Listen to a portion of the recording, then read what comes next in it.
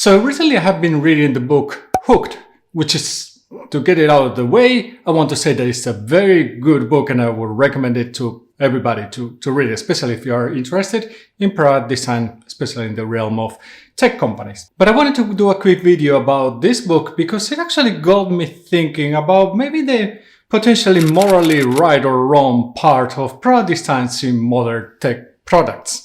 So if you think about many of the social media apps that are out there, they're playing in a way with some of our basic motivations, some psychological aspects of our own behavior as humans that makes us react and behave in certain ways depends on the triggers that we get. And that has gotten me questioning maybe or thinking about the morality or how morally right are some of the products that we are building nowadays, that they're playing with these kind of psychological triggers that can actually get us hooked into a product for a very long time without us actually noticing easily that we are actually getting hooked. And this is something that I don't have an answer. I don't have a correct answer for sure. And I cannot say that if it's good or wrong.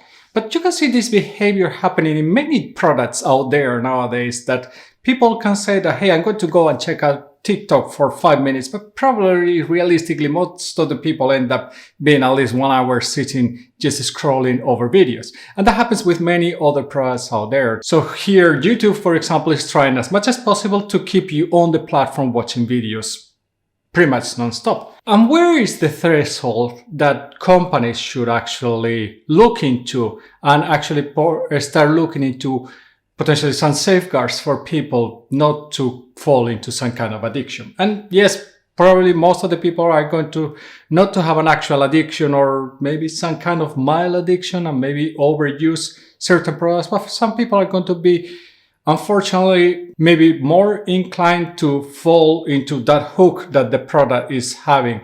And this is probably something that I think that companies should think about and products should think about, that how can I help people to take a break?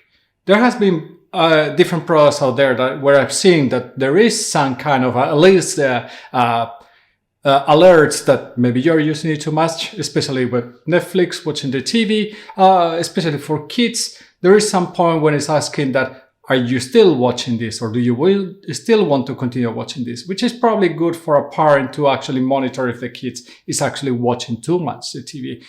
Yeah, many products out there have the ways of setting up some hours for the kids to actually go and use those products. But then for the adults, pretty much there's nothing and you are just free to go because, you know, free will is great, but free will is also something maybe it's not that free as we want to think sometimes it is. And of course, there's other ones like, I don't know, I used to play World of Warcraft, and there you have this thing that tells you when it's loading some page that maybe you shouldn't be. You had to remember to go and meet your friends outside the World of Warcraft and not just there.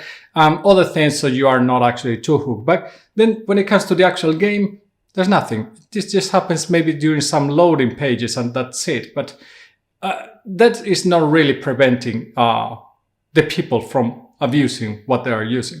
And yes, I bet you that if I start looking and digging in, probably most of the products out there, there's going to be that setting that tells that, hey, maybe I should not be using or playing a game for like 10 hours in a row. Maybe that's not the most convenient or the most healthy thing to be doing. And probably there is that kind of setting, but who knows where to find it, because usually products don't tell you about that actively. And you could argue that nowadays with the advancements of AI, ML, they could actually easily recognize if you are abusing too much the product, and even if you are falling in some kind of addictive behavior with the product that you're using, at least addictive within quotes. As I said earlier, I don't have an answer. I just want to more ask from you to let me know what you think about these products that really are quite much hooking the people, even the triggers that they are giving to the people to interact with them and actually kind of going into that rabbit hole of continue using the product non-stop. Do you think that that's okay, that is a perfectly fine thing to do, or do you have some kind of concerns or question marks, or do you think that companies or products should be actually thinking more about how to help letting people know that potentially they are abusing the usage of the product. Let me know in the comments below. By the way, as I said, the book is great, so I would recommend to everybody to go and read it. I will actually do a summary and review of the book in one of my future videos. I'll probably link it in the end of this one. If you like this kind of content, I do videos about product companies and about tech companies and how they work. Please give it a like and subscribe to the channel. I will see you in the next video, and remember, stay safe.